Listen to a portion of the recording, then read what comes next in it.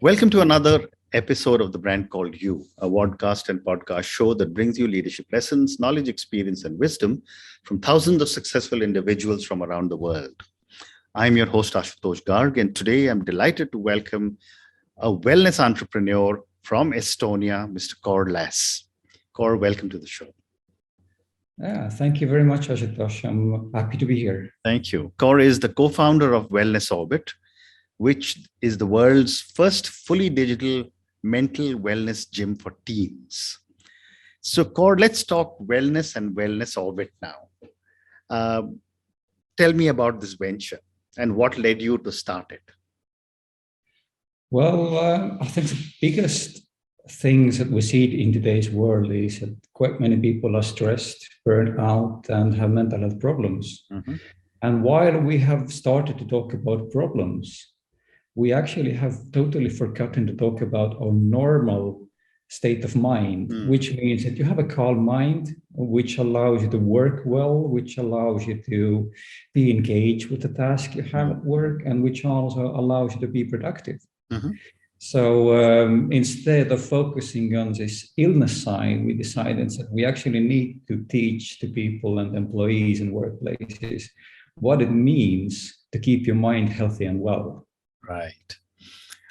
And in order to go further, you also talk about digital mental wellness gym for teens. Help me understand this with maybe a few examples. Yeah, in that sense, when we talk about mental health, most of interventions have been on one-on-one and for treatment purposes.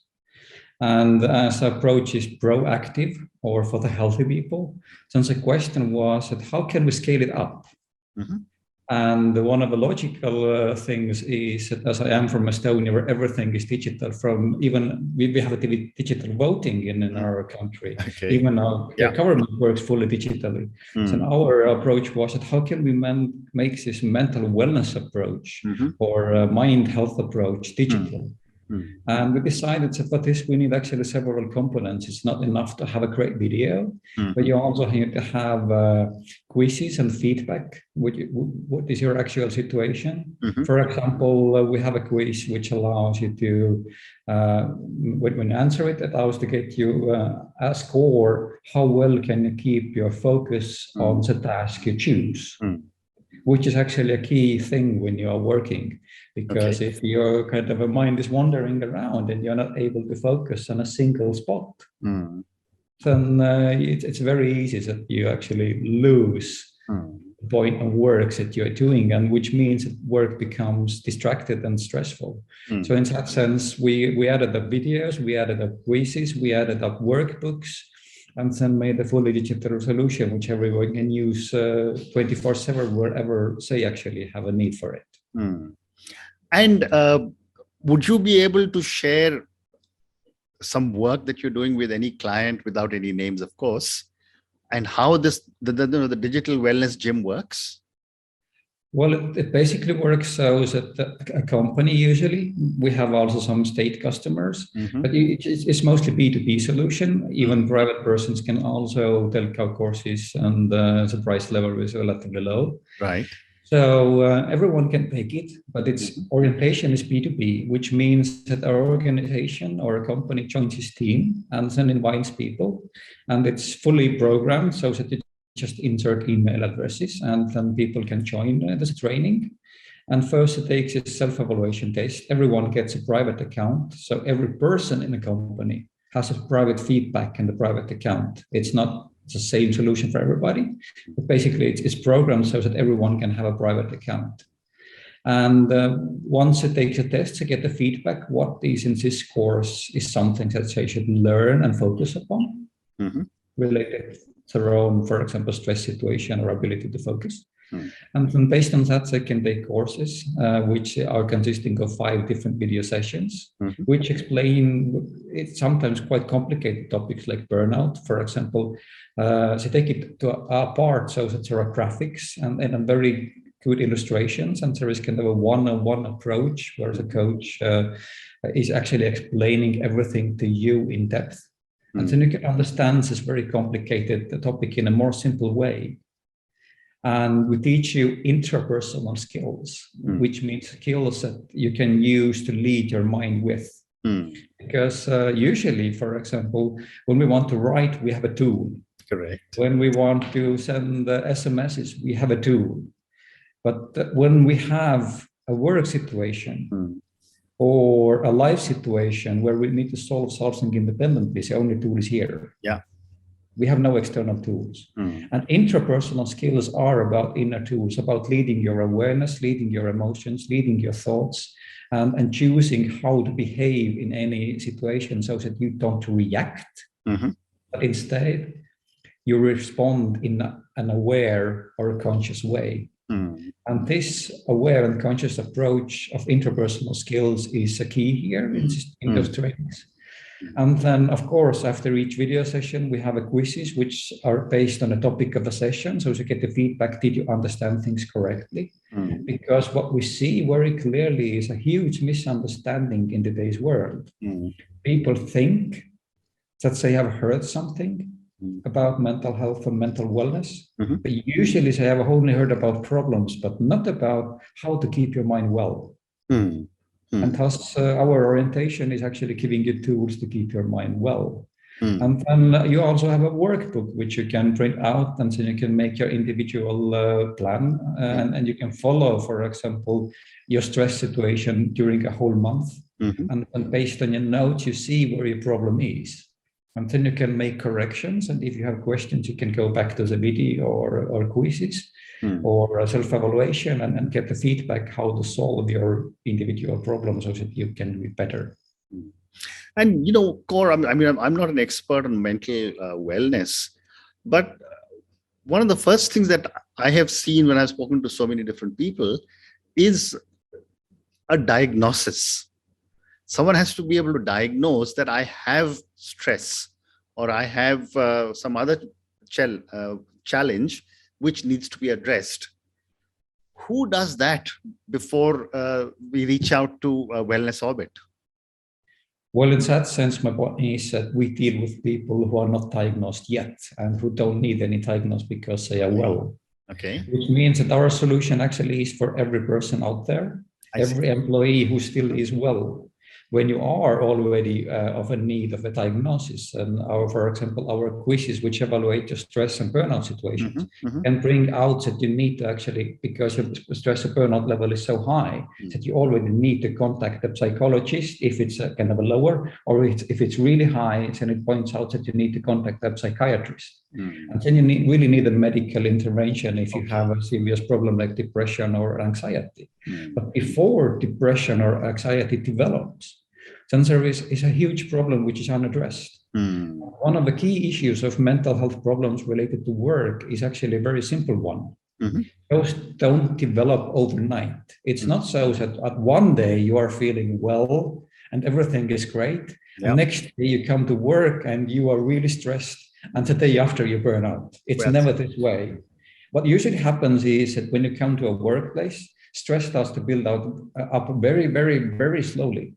And it's a little bit like this boiling a frog story, if you ever heard it. That if you put the frog into boiling water, it tries to jump out. But if you put it into a water which is kind of very slowly going warmer and warmer and warmer, it even doesn't try to do anything because it feels comfortable. And it's a little bit the same thing with the stress level. For example, most of burnout happens due to positive stress. And positive stress in today's workplaces is quite often glorified. People say it's good, it improves productivity and so on, which is true to the point when you start developing burnout. And in the final phase of burnout, few days before it, you can still manage some things with great mistakes, but you can still manage things. And then one day you just lay in bed and you don't have any power to wake up anymore from a bed, and you don't even call in sick because your burnout level is so sky high. Wow. But the problem is that you never ended up there overnight. You ended up there usually over a year, 2, 3, or even 10 years. And we are not able to observe our own interpersonal processes, which means we recognize things that go around us and that happen fast. And we recognize some of the things that happen fast to us. For example, when you have when you're feeling good in the morning and you have a headache in the evening, then you see that there is a difference. But when stress is building very slowly, then usually you just are not able to observe what you should observe. And we are, in that sense, giving you tools before you need to get the diagnosis. Very interesting. To observe how you are getting to the point where you actually are of a need of contacting a psychologist or psychiatrist. So in that sense, it's about prevention. It's about proactive actions that everyone can take. Very interesting. And yet, since yours is a B2B solution, you're talking to large numbers of teams. There would be some people who are at the beginning of the curve, and there could be some people who are at the middle and some at the very top. How do your solutions handle such diversity of, mental well-being stresses or challenges? Well, one of the things is a questionnaire in the beginning. It's quite thorough. And we do the same questionnaire before and after the training. And usually one training takes about 5 sessions, which in complete is like, if you fill all the questionnaires and workbooks, it's about 6 and 8 to 8 hour journey, depending on your effort. But basically, it means that you get the evaluation before and after. And we usually recommend to take just 1 session per week, so that you can follow your processes for a longer period of time. And then, for example, when you start your trainings and 5 weeks later, you can evaluate what is your situation after. And of course, it means that some people are ill. When we look at the statistics, so usually about every 5th person, and after the pandemic now, every 4th person on the planet Earth has some kind of a mental health problem, which means that 3% out of 4 are relatively okay or struggling with stress. And when we take, for example, stress statistics, so what is quite surprising is that if you look at different numbers, and the recent numbers in USA after pandemic are speaking about that 98% of employees are stressed, which basically means that almost everybody. I would say that it's maybe a little bit over-evaluated. If we look at long-term studies, which are made in UK and internationally, for example, Sigma made a study in 23 countries, then we see that stress numbers are around 70 to 87%, which still means that there are only about maybe 13 to 30% of people who don't have any problem at all. But those people who are not yet ill, that means that, let's say, about half of the people out there have a stress problem. They have a milder anxiousness problems, which is not anxiety yet. And they have a kind of a developing burnout, because almost 40% to 60% of employees also burn out in workplaces. So it means that we address very well those people who are well, or who are amongst this half who are on a path of getting ill, but at the moment are still well and don't have any health problem. However, what we teach, those interpersonal skills, enable also those people who are on this, amongst this 20 to 30% who already have a problem, they allow also them to learn skills to lead their inner domain. And what we have actually missed in our schools, and I've kind of looked into it all over the world, and with maybe a little exception of Argentina, then in most countries, we don't have a mental wellness related education.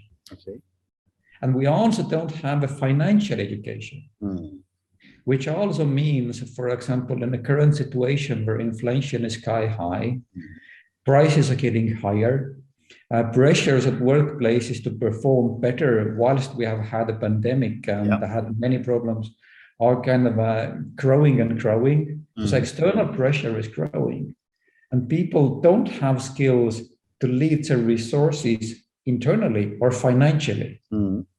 And if you have a financial problem, it just makes your stress bigger. Just yesterday, I read a very interesting article published in USA that 87% of Americans have stress due inflation and rising prices. Wow. So again, stress in that sense is not related to external factor. It is related in that sense that external factor is called stressor. It is what is causing stress in your mind. But we can take a very simple example here. Money. Everybody uses it. Even actually it's currency, but basically everybody is using rupees in India or euros in here or dollars in USA. Everybody's using it. And money can be stressor. If you have too little money, it can stress you out because you have too little. If you have too much money, it can stress out you because somebody can steal it. You can misuse it. You can misinvest it. For example, you bought Bitcoin a week ago and have you lost 1/3, and you have a huge stress about it. So basically, the factor of money is not important at all, but how you think about money, how you react about money in here or in your heart is what matters. Well said. And that's a source of stress. Your reaction causes mental health problems. And our approach is to explain you how you can replace this reactivity, which is basically that if something is flying in, you scream, ah! But instead we say that something is coming, but you don't react. You stay calm. You see that it's coming, you catch it, you lead it away, or you just observe it's coming, but don't react internally, but instead choose a aware response. Yeah. Like asking questions, or if somebody's kind of irritated towards you, so usually people react that, no, go away, I don't like it, or say something mean. But you can also say that, okay, if somebody is approaching you in a mean way, sorry, do you have a bad day? Can I help you? And it's totally different approach and reacting and saying, well, just go away, I don't like you. Do whatever you do, or use some like... Well said. But Kaur, one of the things that I'm thinking as you've been talking about stress, every one of us has multiple stresses. I mean, there could be money stress, there could be relationship stress, there could be work stress, there could be children stress, etc., etc., etc. How does the wellness orbit address multiple stresses? Tomorrow, my money stress may be zero, but I may have a family stress.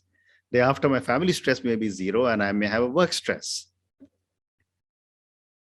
Basically, it's quite interesting question.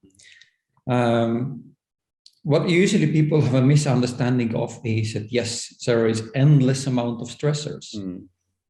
However, how you react is always in here. Correct.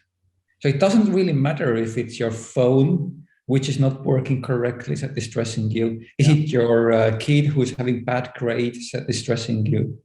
Or is it your work or your boss or someone working below you who's stressing you? Or is it lack of finances or too much finances that is stressing you? It really doesn't matter in that sense. Okay. Because a reactivity within your mind is a problem. If you remove your inner reactivity, if your mind becomes calm, and I think India here has influenced wellness orbit in some ways quite a lot, because you have a very long tradition of awareness and consciousness and self-development. And the discipline there is also the same. I mean, it's not about violent reactivity, but it's about the way India got free. I mean, it's a Gandhi's way of taking it in a calm way. That's true. That is true. And what we bring now, the work context, and what is a mental wellness revolution here is that we explain how you can become a master of your own inner domain.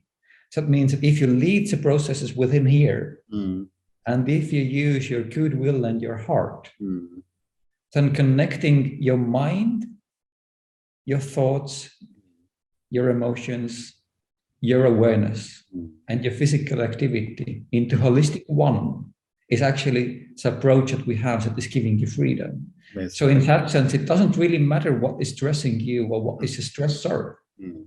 It matters that you learn intrapersonal skills to deal with your reactivity and replace this inner reactivity with aware and conscious ability to choose how you respond. And in that sense, I see that responding is freedom, reactivity is prison. we can put it so simple way. Because when you react, it's automatic, it's subconscious. You don't have any freedom to choose. And if you respond, then you can see, okay, how I move my hand. What words do I use? Very good. Very good. Or don't use. Very good. So I have time for one more question, and this is for the many young people who will listen to our conversation. What would you say are 3 lessons based on all your experience with stress and well-being? What would you say are 3 lessons you would want our viewers and listeners to take away on well-being and stress? Maybe if it's young people, then I would say that a very simple thing: don't depend on this device. Okay. It's nice. It can do a lot of work, and it has more computing powers and the rockets that took us to the moon back when we when USA went to the moon. It has much more computing power. But if you replace apps with the power you have in here, you actually have given away your power. So number 1 is take back your power, understand that you have a mind, and what goes on within your mind is your choice. Yeah. And your choice is made in 2 ways, which is the number 2. It's always made, but it's made either subconsciously, which means that it's your parents, it's society, it's TV programs, it's Hollywood movies, it's Bollywood movies, it's everything out there that is teaching you how to react.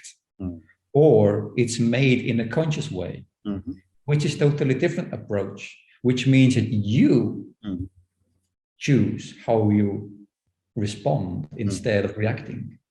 So learn about responding, learn about awareness, learn about stress management, learn about interpersonal skills, and it gives you inner freedom.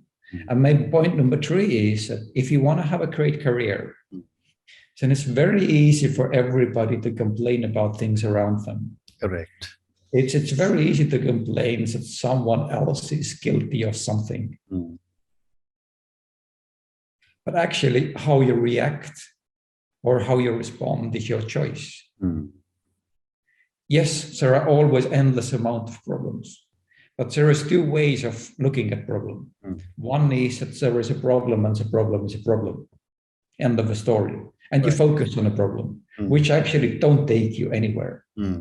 And we have a blog post on Wellness Orbit website, which about looking problems as challenges. So whatever obstacle is outside, look it as a challenge. Look at how you can solve this challenge. Okay. And when you take this approach of solving challenges, then even very difficult challenges can be solved when you are persistent. Well said. Well said. Kaur, on that note, thank you so much for speaking to me. Thank you for your amazing thoughts on stress and how the Wellness Orbit is providing tools for us to be able to understand our stress and hopefully manage it better. Thank you for your 3 interesting life lessons for us to remember. And finally, thank you for speaking to me, and good luck to you. Thank you, Ashutosh, for having me. Thank you very much. Thank you for listening to the Brand Called You videocast and podcast, a platform that brings you knowledge, experience, and wisdom of hundreds of successful individuals from around the world. Do visit our website www.tbcy.in to watch and listen to the stories of many more individuals. You can also follow us on YouTube, Facebook, Instagram, and Twitter. Just search for the Brand Called You.